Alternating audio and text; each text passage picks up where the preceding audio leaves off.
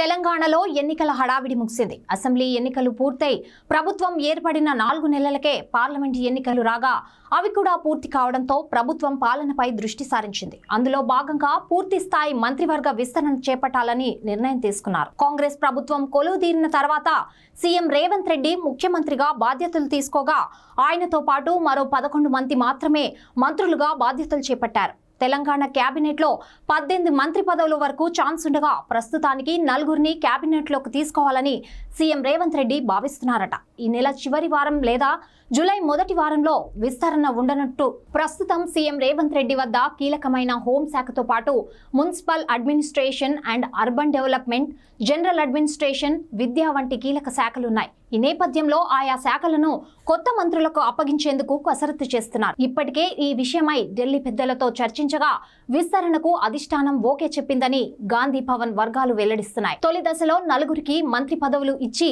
ఆ తర్వాత 2 తీసుకోనున్నట్లు సమాచారం. అయితే మంత్రి పదవుల రేసులో చాలా మంది ఉన్నా ప్రముఖంగా కొందరి పేర్లు వినిపిస్తున్నాయి.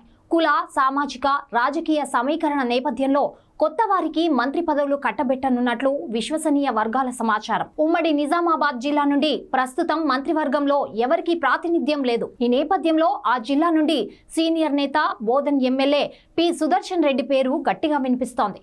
కొత్త ప్రభుత్వం కొలువుదీరే సమయంలోనే ఆయనకు మంత్రి పదవి వస్తుందని భావించిన వివిధ సామాజిక సమీకరణాల్లో భాగంగా పదవి దక్కలేదు. ఈ దఫా ఆయన్ని మంత్రివర్గంలోకి తీసుకోనున్నట్లు సమాచారం. ఇక తెలంగాణలో బలమైన సామాజిక వర్గంగా ఉన్న ముదిరాజ్ వర్గం నుండి మక్తల్ ఎమ్మెల్యే వాకిటి శ్రీహరి పేరు తెరపైకి వస్తోంది. ఆయనకు మంత్రి పదవి ఇస్తామని పార్లమెంట్ ఎన్నికల ప్రచారం సందర్భంగా సీఎం రేవంత్ రెడ్డి స్వయంగా ప్రకటించారు. దీంతో విస్తరణలో ఆయనకు అవకాశం ఉండే ఛాన్స్ ఉంది. మునుగోడు ఎమ్మెల్యే కోమటిరెడ్డి రాజగోపాల్ రెడ్డి, గడ్డం వివేకా పేర్లు కూడా వినిపిస్తున్నాయి. ఎన్నికలకు ముందు ఈ 2 నేతలు బీజేపీ నుండి కాంగ్రెస్ పార్టీలో చేరగా మంత్రి పదవి హామీతోనే పార్టీలో చేరినట్లు తెలుస్తోంది. ఈ నేపథ్యంలో ఇద్దరిలో ఒకరికి ఛాన్స్ ఉండే అవకాశం ఉంది. కాగా రాజగోపాల్ రెడ్డి సోదరుడు వెంకటరెడ్డి ప్రస్తుతం మంత్రిగా కొనసాగుతుండగా వివేక్ కుమార్ వంశీ ఎంపీగా, మరో సోదరుడు వినోద్ ఎమ్మెల్యేలుగా ఉన్నారు. ఈ నేపథ్యంలో ఎవరెవరికి మంత్రి యోగం దక్కనుందో వేచి చూడాలి.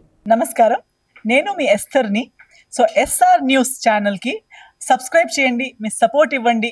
లేటెస్ట్ అప్డేట్స్, లేటెస్ట్ న్యూస్ కోసం ఫాలో అవ్వండి.